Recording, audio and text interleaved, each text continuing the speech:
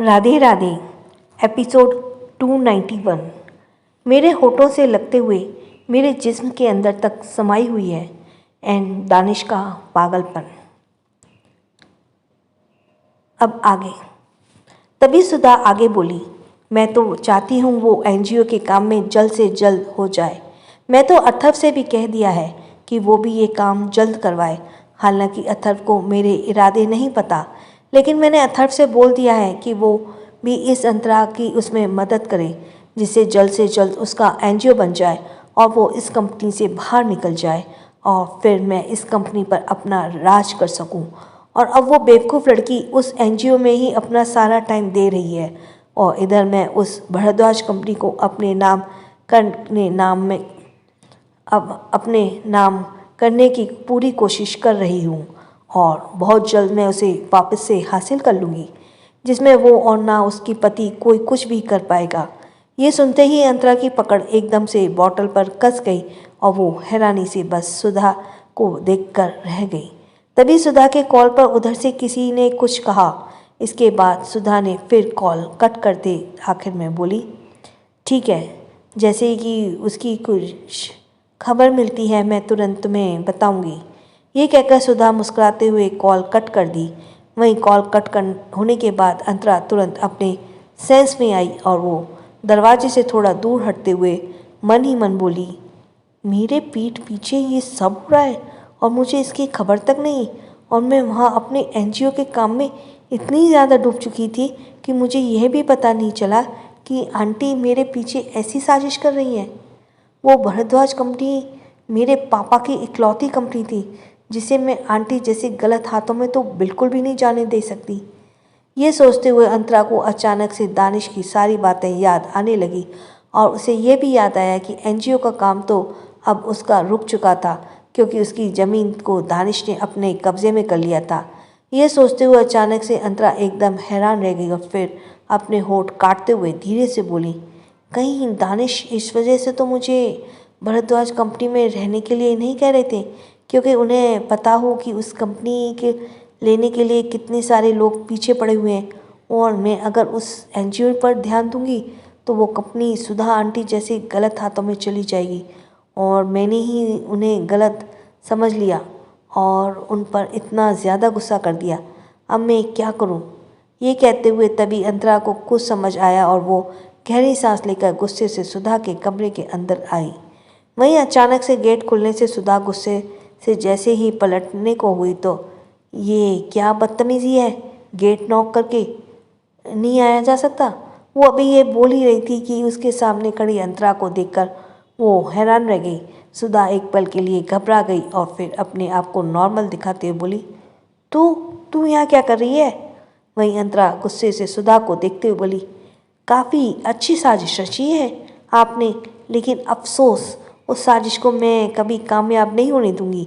आपने यही सोचा कि मैं अब एनजीओ के काम में ध्यान दूंगी तो मैं अब कंपनी को भूल जाऊंगी और वो कंपनी अब आप ले लेंगी आंटी, लेकिन ये आपकी बहुत ही बड़ी गलतफहमी है जिसे मैं अभी दूर कर देती हूँ। ये कहकर अंतरा अपने पैसेंस को बनाते हुए बोली, मैं भारद्वाज कंपनी कभी भी नहीं छोड़ूंगी। अब तो मैं इस विला को भी अपने नाम करूंगी। आपने यहाँ मुझे गेस्ट बनाकर रखा ना, बस कुछ दिन रुक जाइए, आप खुद यहाँ गेस्ट बनकर रहेंगी और मुझसे यहाँ आप रहने की परमिशन मांगेंगी। ये कहते हुए अंतरा की आंखों में गुस्सा भरा था। वहीं अंतरा की ये सारी बातें सुनकर सुधा बिल्कुल सन्न हो गई थी और वो तुरंत हड़बड़ाते हुए बोली, ये तुम क्या कह रही हो? ये कैसी बातें कर रही हो?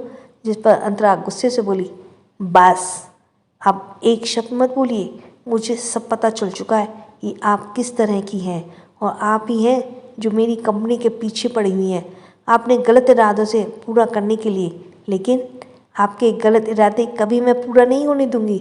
और अब आप भूल जाइए उस कंपनी को और उस भारद्वाज विला को, क्योंकि ये दोनों मेरे माँ और पापा के थे जिन्होंने मैं अब आपके हाथों को तो लगने नहीं दूंगी। ये कहकर अंतरा गुस्से से रूम से बाहर निकल गई। वहीं सुधा अंतरा की सारी बातें सुनकर उसके पैरों जमे तले जमीन खिसक चुकी थी और वो बस एकटक हैरानी से अंतरा को जाते हुए देख रही थी। इधर अंतरा गुस्से से सीधा अपने रूम में गई। वहीं सुधा उसके जाने के बाद तुरंत घबराते हुए बोली, अरे ये नहीं, अरे नहीं, ये क्या हो गया? इसे तो मेरी सारी बातें पता चल गई। मेरा पूरा बना बनाया खेल पर पानी फिर गया। अब मुझे कुछ बड़ा करना होगा। कहीं इसने अपने पति दानिश ओबरॉय से बात बता दिया तो वो तो मुझे बिल्कुल भी नहीं छोड़ेगा। अब तो ये कंपनी को भी नहीं छोड़ेगी। और धमकी इस तरह दी गई है कि मुझे डर लग रहा है कहीं ये विला भी मेरे हाथ से ना चला जाए। फिर तो मैं बिल्कुल रोड पर आ जाऊंगी, मेरे पास कुछ भी नहीं बचेगा। ये बोलते हुए सुधा की सांस ऊपर नीचे होने लगी और वो जल्दी से सोफे पर बैठ गई। उसके ड्रॉर में अपनी दवाइयाँ निकाल कर खाने लगी। सुधा की हालत अब बेहद ख़राब होने लगी थी। वहीं दूसरी तरफ अंतरा गुस्से से अपने रूम में आई और वो दूध की बोतल वहीं टेबल पर रखकर बेड पर दक्ष के पास बैठ गई। वो एकटक दक्ष को देखते हुए गहरी सांस लेने लगी और खुद को नॉर्मल करते हुए बोली, मेरे अपने मुझे धोखा देने पर लगे हुए हैं और मैं ही दानिश को गलत समझती आ रही हूँ। पर आज तो मैंने उन्हें कितना कुछ कह दिया, जबकि मुझे अब समझ में आ रहा है कि उन्होंने मुझे सुधा आंटी जैसे लोगों से बचाने के लिए शायद ये सब किया था। ये बोलते हुए अंतरा कुछ पल के लिए शांत हो गई और फिर वो गहरी सांस लेकर बोली, मुझे दानिश के पास एक बार कॉल कर लेना चाहिए। आखिर मैंने उन्हें बहुत कुछ सुनाया है। ये सोचकर अंतरा ने अपना फ़ोन टेबल से उठाया और उसने दानिश को कॉल लगाया, लेकिन वहीं दानिश ने कॉल पिक नहीं किया। ये देखकर अंतरा ने वापस से दानिश को कॉल किया, लेकिन दानिश ने इस बार भी कॉल पिक नहीं किया, जिसे देखकर अंतरा चिल्लाते हुए बोली, ये दानिश मेरा कॉल क्यों नहीं उठा रहे हैं? वो भी इतनी रात हो चुकी है, क्या वो अभी तक वापस पैलेस नहीं आए हैं? ये सोचते हुए अंतरा ने फिर पैलेस में बिपाशा जी के पास कॉल किया। अभी रात के 10 बज रहे थे। हालांकि उसे कॉल करने में कुछ अजीब लग रहा था, लेकिन उसे दानिश से बात करनी थी, जिस वजह से उसने जब बिपाशा जी के पास कॉल किया तो कुछ ही देर में बिपाशा जी ने कॉल पिक कर लिया और फिर इधर उधर अंतरा थोड़ा हिचकिचाते हुए बोली, माँ वो सॉरी, मैंने आपको इतनी रात को डिस्टर्ब किया। कैसी हैं आप? उधर से बिपाशा जी की आवाज़ आई। मैं ठीक हूँ बेटा। इधर से फिर अंतरा बोली, माँ मुझे आपसे ये बताना था कि मैं आज भरद्वाज विला में दक्ष के साथ रुक रही हूँ। वहीं बिपाशा जी ने जब उसकी ये बात सुनी तो वो प्यार से बोली, कोई बात नहीं बेटा, जब तुम यहाँ नहीं आई तभी मैं पता चल गया था कि तुम दानिश के साथ ही हो, क्योंकि दानिश भी अभी तक वापस नहीं आया है। लेकिन तुम बता रही हो कि तुम भरद्वाज विला में रुकी हो, इसका मतलब दानिश तुम्हारे साथ ही है ना? उसकी ये बात सुनकर अंतरा कंफ्यूज में बोली, इसका मतलब क्या दानिश अभी तक वापस पैलेस नहीं आई? जिस पर बिपाशा जी ने उधर से नासमझी में कहा, नहीं बेटा, लेकिन क्यों दानिश तुम्हारे साथ नहीं है? इस पर अंतरा कुछ सोचने लगी और वो फिर से धीरे से बोली, हाँ माँ, दानिश मेरे साथ ही हैं। आप परेशान मत हो और आप अब सो जाओ, मैं कॉल कट कर रही हूँ। उधर से फिर बिपाशा जी ने कुछ कहा, जिसके बाद अंतरा ने मुस्कुराते हुए कॉल कट कर दिया। उधर कॉल कट करने के बाद अंतरा वापस से दानिश को कॉल लगाते हुए बोली, दानिश जब पैलेस नहीं इतनी रात को, फिर ये कहाँ आखिर? ये कहते हुए अंतरा ने दानिश को वापस से कॉल लगाया, लेकिन अब बेल जाने की बजाय फ़ोन स्विच ऑफ बता रहा था। ये देखकर अंतरा का दिल घबराने लगा।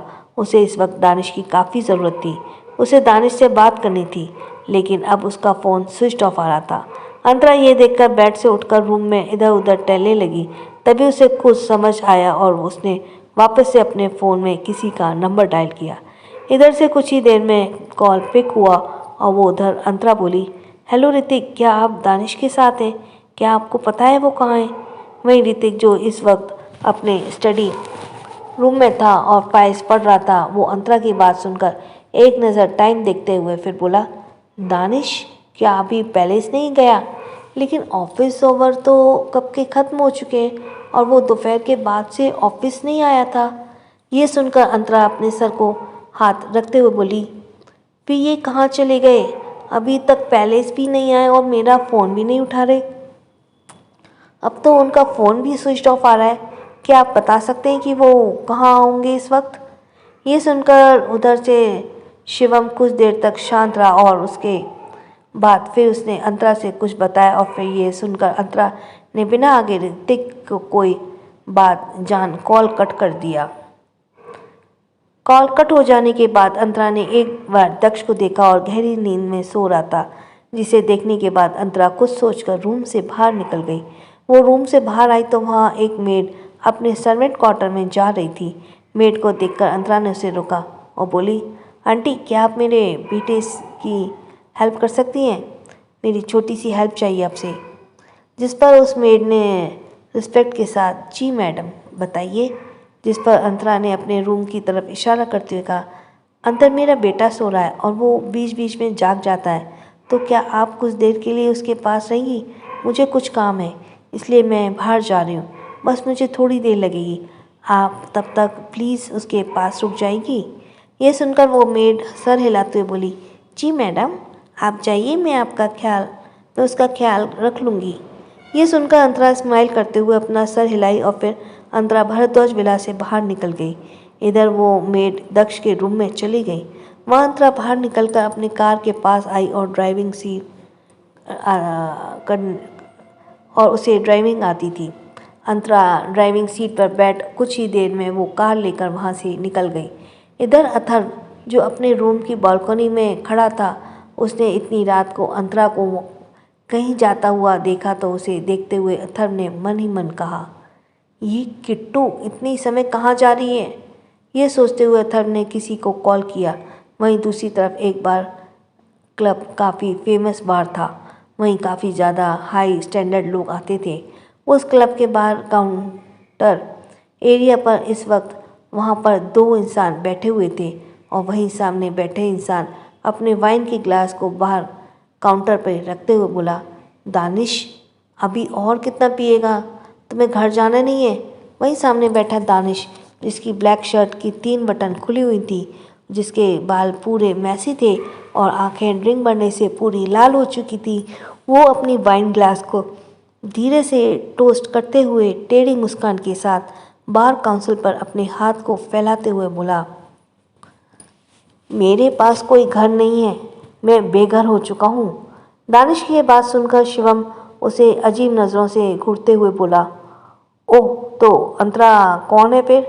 इस पर दानिश ने अपनी आंखें बंद की और गहरी मुस्कुराहट के साथ बोला, वो लड़की मेरी ज़िंदगी में मेरा ज़िद है, मेरा जुनून है, मेरा पागलपन है और वो मेरी दीवानगी की हद है। ये कहते हुए उसने वाइन की आखिरी सिप ली। उसकी आवाज़ नशीली हो चुकी थी और वहीं शिवम उसे इतना ड्रिंक करते देखकर घूरते हुए बोला, मैंने कभी नहीं सोचा था कि दानिश ओबरॉय इस तरह का आशिक और दीवाना निकलेगा, जो एक लड़की के पीछे इस हद तक पागल हो जाएगा। दानिश बियर बॉटल को अपने मुंह से लगाते हुए शैतानी मुस्कुराहट के साथ बोला, इसमें मेरी कोई गलती नहीं है। उसने मुझे अपने पीछे दीवाना बनाया, उसने मुझे अपने पीछे पागल बनाया है, मुझे आवारा बना दिया। खुद के पीछे वो लड़की नहीं एक नशा है, एक ऐसा नशा जो मेरे होठों से लगते हुए मेरे जिस्म के अंदर तक समाये हुआ है। ये कहते हुए दानिश ने वापस से ड्रिंक करने लगा, जिसे देखकर शिवम उसे रोकते हुए बोला, बस कर यार, अब घर चलते हैं, बहुत हो गया। ये कहते हुए तभी अचानक से शिवम की नज़रें गेट पर गईं और गेट के अंदर आ रही इस इंसान को देखकर शिवम की आंखें बड़ी हो गईं और वो हैरानी से दानिश से बोला, लो आ गई तुम्हारी पागलपन की वजह। ये सुनते ही दानिश की नशीली आंखें सर्द हो गईं और वो अपना सर टेढ़ा करते हुए गेट की ढूंढने लगा। सो प्लीज़ जल्दी से सब्सक्राइब कर दीजिए जिसने अभी तक सब्सक्राइब नहीं किया है। It looks me very good जब आप सब्सक्राइब करते हैं और सब्सक्रिप्शन नंबर आता है। एटलीस्ट थोड़ा जल्दी जल्दी सब्सक्राइब कीजिए। एपिसोड 292, एक रात तुम मेरे साथ बिता लो और मैं वो मेरी वुमेन है। आगे, जिसे देखकर शिवम उसे रोकते हुए बोला, बस कर यार, घर चलते हैं, बहुत हो गया। ये कहते हुए तभी अचानक से शिवम की नज़रें गेट पर जाती हैं और गेट से अंदर आ रही उस इंसान को देखकर शिवम की आंखें बड़ी हो गईं और वो हैरानी से दानिश से बोला, लो आ गई तुम्हारे पागलपन की वजह। ये सुनते ही दानिश की नशीली आंखें सर्द हो गई और वो अपना सर टेढ़ा करते हुए गेट की तरफ घूरने लगा। वहीं अंतरा इस वक्त अपने श्रग को संभालते हुए धीरे धीरे एकटक चारों तरफ देखते हुए अंदर आ रही थी। उसे वहाँ का माहौल बेहद अजीब लग रहा था। उसे देखते हुए वहीं शिवम यहाँ इस वक्त हंसकर दानिश से बोला, मुझे लगता है सिर्फ तुम ही दीवाने नहीं हो, उसके पीछे वो भी तुम्हारी दीवानी है, इसलिए तुम्हारे फ़ोन को स्विच ऑफ कर देने से भी वो तुम्हें ढूंढते हुए यहाँ तक आ गई। तुम्हें लगता है तुम दोनों ही एक मुझे लगता है तुम दोनों ही एक दूसरे के लिए पागल दीवाने हो। ये कहते हुए शिवम हंसने लगा। वहीं दानिश अभी भी सर्द निगाहों से उसे घूरे जा रहा था। वो अंतरा को ऊपर से नीचे तक बस अपने होंठ भींचते हुए देखे जा रहा था। वहीं अंतरा जब कुछ कदम और अंदर आई तो उसने अपनी नज़र आसपास घुमाई। आसपास से उसे बस सारे बिजनेसमैन ही बैठे दिखे थे, नशे में उसे घूर रहे थे। अंतरा थोड़ा अनकंफर्टेबल हो गई। उसे दानिश कहीं नज़र नहीं आ रहा था। तभी वो अभी अपनी कुछ कदम आगे बढ़ाती कि एक इंसान उसके आगे आकर खड़ा हो गया। उसके हाथों में इस वक्त ड्रिंक का ग्लास था और वो अंतरा के ऊपर से नीचे तक देखते हुए भद्दी स्माइल के साथ बोला, वाह, रात को तुम जैसी लड़की इस बार में, क्या बात है। अंतरा अपने सामने खड़े उस नशे में चूर इंसान को देख कर 2 कदम पीछे होते हुए खुद के कपड़े ठीक करते हुए बोली, आप कौन हैं? प्लीज़ सामने से हटिए, मैं किसी को ढूंढने आई हूँ यहाँ पर। वो इंसान हंसते हुए अंतरा के करीब बढ़ते हुए बोला, शायद तुम्हारी मंजिल मैं ही हूँ, तुम मुझे ही यहाँ ढूंढते हुए आई हो। चलो हम आज रात एंजॉय करते हैं। आई होप मैं तुम्हें डिसअपॉइंट नहीं करूँगा। ये बोलते हुए वो इंसान अंतरा के करीब आने लगा। अंतरा उस इंसान की ये बात सुनकर हैरानी से उसे देखने लगी और वो अगले ही पल गुस्से से पीछे होते हुए बोली, ये क्या बदतमीजी है? ये कैसी बातें कर रहे हो आप? हैं? मैं कोई ऐसी वैसी लड़की नहीं हूँ जिसे आप समझ रहे हो। प्लीज़ दूर हो जाओ मुझसे। वहीं वो इंसान और ज़्यादा हंसते हुए उसके करीब आते हुए बोला, इतनी रात में इस वक्त की इस तरह की बार में तुम आई हो और कह रही हो तुम ऐसी वैसी लड़की नहीं हो। अगर तुम इतनी शरीफ होती तो इस तरह इतनी रात को बार में क्या कर रही हो? ये सुनकर अंतरा उसे गुस्से से देखते हुए बोली, मैंने कहा ना यहाँ किसी को ढूंढने आई हूँ, इसलिए प्लीज़ दूर हो जाओ। वो आदमी हंसते हुए नशे में बोला, किसे ढूंढने आई हो? तुम हमें भी बताओ, शायद हम तुम्हारी हेल्प कर दें उस इंसान को ढूंढने में। इस पर अंतरा गुस्से से अपनी मुट्ठियों को आपस में बंद करते हुए बोली, मैं अपने पति को ढूंढने आई हूँ, इसलिए अब दूर हो जाओ, वरना बहुत बुरा हो जाएगा तुम लोगों के साथ। शायद तुम्हारा पति तुम जैसी हसीना को डिज़र्व नहीं करता, इसलिए उसे तुम्हारी कद्र नहीं है, जो इस वक्त इस हसीन रात में तुम्हें अकेला घर पर छोड़कर यहाँ इस बार में आया हुआ है। पर कोई बात नहीं, चलो मैं तुम्हें इस हसीन रात की अच्छे से मुलाकात करवाता हूँ। ये कहते हुए उस इंसान ने अपने कुछ और आदमियों को इशारा किया। वहीं अंतरा ये सब देखकर अब हैरान लगी और वो इधर उधर देखने लगी। ऋतिका ने तो यही का एड्रेस दिया था ऋतिक ने, और उन्होंने कहा था कि दानिश यही होगा। क्या वो इतनी घटिया जगह ड्रिंक करने आते हैं? दानिश कहाँ हो आप? एक बार आप मेरे सामने आ जाओ, फिर मैं आपको बताऊंगी। ये कहते हुए अंतरा गुस्से से उस आदमी को देखने लगी। देखो तुम जो कोई भी हो, प्लीज़ दूर जाओ मुझसे, वरना अच्छा नहीं होगा तुम्हारे साथ। यहाँ मैं अपने पति को ढूंढने आई हूँ और मुझे बस उनको ढूंढना है। ये कहकर अंतरा उसे गुस्से से देखने लगी। वहीं वो इंसान अंतरा के करीब बढ़ते हुए बोला, तुम बहुत हसीन हो और तुम्हारी इस खूबसूरती को मैं एक बार जीना चाहता हूँ। रात तुम मेरे साथ बिता लो, मैं तुम्हें आज की रात में जन्नत जैसी फीलिंग करवाऊँगा, प्रॉमिस। ये कहकर वो इंसान हंसने लगा। इसके साथ कुछ और भी इंसान उसके साथ हंसने लगे। वहीं वो इंसान अब आगे बढ़ते हुए अंतरा के करीब आया और वो जैसे ही अंतरा के शक को पकड़कर खींचने वाला था, तभी पीछे से किसी ने उस इंसान की गर्दन को कसकर पकड़ लिया। अचानक ही उस इंसान की एक दर्दनाक चीख पूरे बार एरिया में गूंज उठी। अचानक से वहाँ का माहौल मातम में बदल गया और सभी एकटक उस तरफ देखने लगे। वहीं उस इंसान की गर्दन को पीछे से दानिश पकड़कर मरोड़ते हुए अपने सामने किया। दानिश की आंखें गुस्से से लाल थीं और वो इस इंसान की आंखों में देखते हुए उसके गर्दन को और भी ज़्यादा मरोड़ते हुए सर्द आवाज़ में बोला, आज मैं तुझे जन्नत की सैर करवाऊंगा और ऐसी सैर करवाऊंगा कि तू कभी वापस उस जन्नत से इस दुनिया में लौट नहीं पाएगा। ये बोलते हुए दानिश ने अपने हाथों में पकड़ उस बियर बॉटल को टेबल पर पटका, जिससे उसके कांच के टुकड़े नीचे बिखर गए और फिर दानिश टूटे हुए बियर बॉटल को अपने हाथों से टाइट पकड़ते हुए उस इंसान के जबड़े को कसकर पकड़ लिया और उस इंसान के मुंह खुल गया। दानिश उसकी आंखों में देखते हुए बिना इंसानियत बोला, कुछ कहना चाहता है तू? मरने से पहले तेरी कोई आखिरी इच्छा? शायद मैं तेरी उस इच्छा को पूरी कर दूं। वहीं दानिश को ये सब करते देखकर सभी हैरान रह गए थे। जो दो इंसान और अंतरा के पीछे थे वो तुरंत अपनी जगह वापस लौट चुके थे। उधर अंतरा बस एकटक दानिश को देख रही थी। दानिश इस वक्त नशे में था, लेकिन उसकी आंखें बेहद लाल थी। अंतरा ये देखते हुए हल्की घबरा गई थी।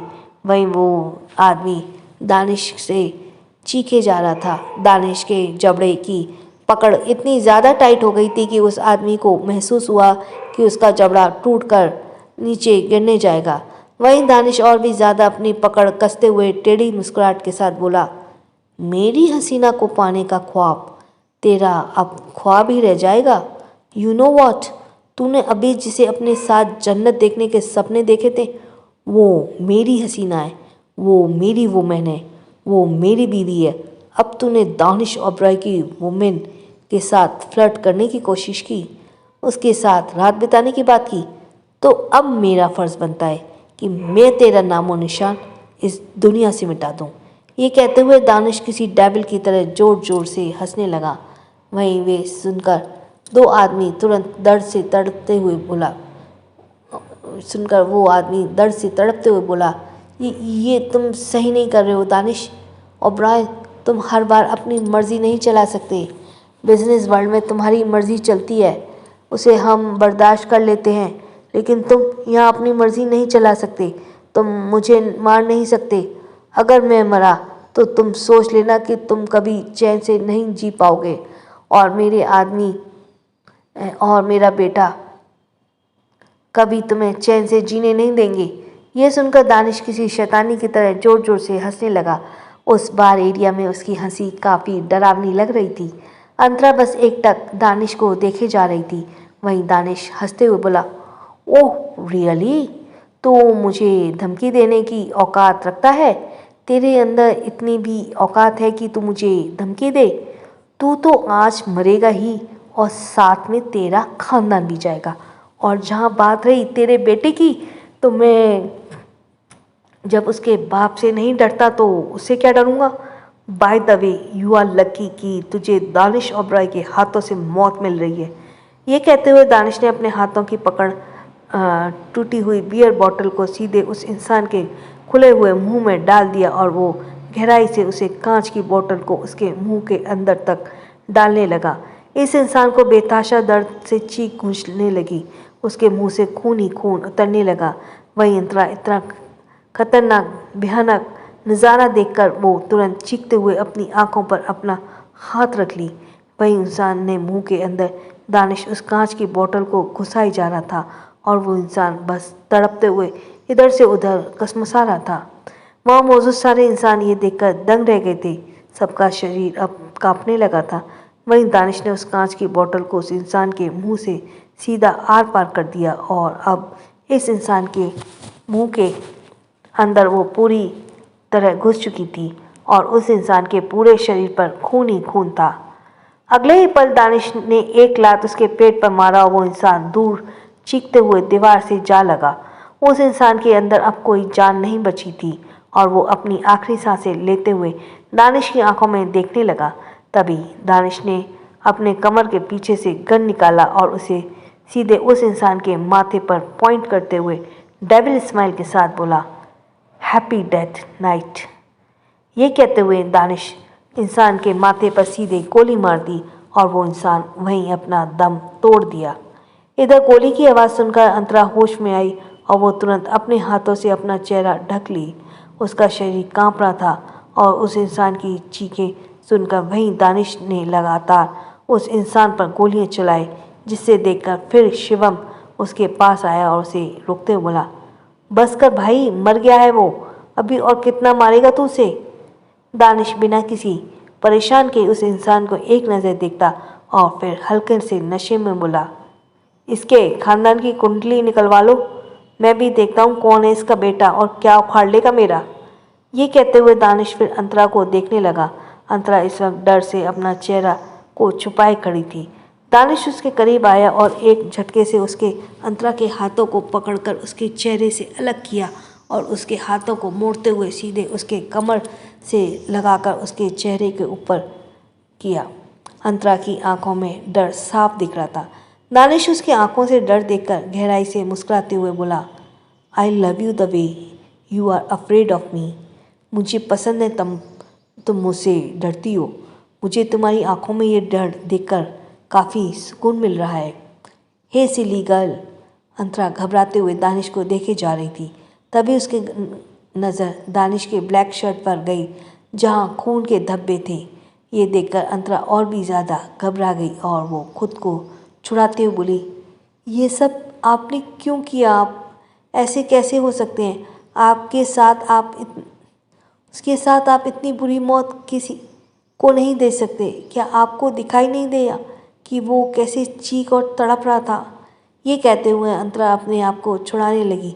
वहीं दानिश उसकी सारी बातों को सुनकर उसके हाथों की ओर और भी ज़्यादा मरोड़ते हुए उसके कमर से लगाया और उसके चेहरे के करीब आते हुए बोला, मुझे सिर्फ तुम्हारी चीखें सुनाई देती हैं जब मैं तुम्हारे साथ बेड पर होता हूँ। उसके अलावा मुझे किसी के भी चीखने या दर्द से तड़पने से कोई फ़र्क नहीं पड़ता। Silly girl. और जहाँ बात है इस इंसान के मरने की, तो इसकी गलती थी। इसने तुम पर अपनी नज़रें डाली थी और यू नो ना, I am mad for you. मैं तुम्हारे लिए किसी हद तक जा सकता हूँ। मैं कभी किसी को भी तुम्हारे करीब नहीं जाने दे सकता। ये बोलते हुए दानिश उसके चेहरे को अपने खून से सने हाथों को हल्के से टच किया, जिसे देखकर अंतरा डरते हुए दानिश को खुद से दूर कर दी और हकलाते हुए उसे देखने लगी। इस वक्त उसे दानिश काफ़ी ज़्यादा डरावना लग रहा था। वो दानिश के पागलपन से काफ़ी ज़्यादा डर चुकी थी। वहीं दानिश उसके खुद को ऐसे दूर कर देने से बेहद सर्द निगाहों से उसे देखकर बोला, come to me my silly wifey.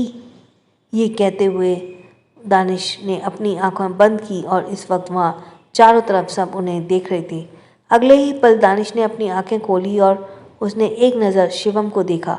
Shivam उसकी आंखों में देखने लगा और उसे कुछ समझ आया। इसके बाद उसने अपना सर हिलाया और कहा, जैसा तुम चाहो। ये कहकर शिवम उस बार के मैनेजर के बात किया और अगले ही पल वो बार पूरी तरह से खाली हो गया। ये सब देखकर अंतरा फिर दानिश से अपने कदम पीछे लेते हुए बोली, मुझे घर जाना है दानिश। ये कहकर वो मुड़कर अपना पहला कदम बढ़ाई। अगर एक कदम तुम्हारा मुझसे दूर जाने के लिए बढ़ा तो तुम कभी वापस मेरे करीब नहीं आ पाओगी, सिली गर्ल। दानिश ठंडी आवाज़ में बोला। वहीं अंतरा ये सुनकर अपनी जगह खड़ी रह गई और बस वहाँ सभी इंसान का उसी क्लब को खाली करते हुए देखने लगी। वहाँ मौजूद सभी लोग अगले पल गायब हो गए और शिवम भी उस क्लब से बाहर जाते हुए एक नज़र दानिश को देखा, जो अभी भी अपनी जगह खड़ा हुआ था। फिर उसने अंतरा को देखा, जो अपना सर नीचे किए चुपचाप खड़ी थी।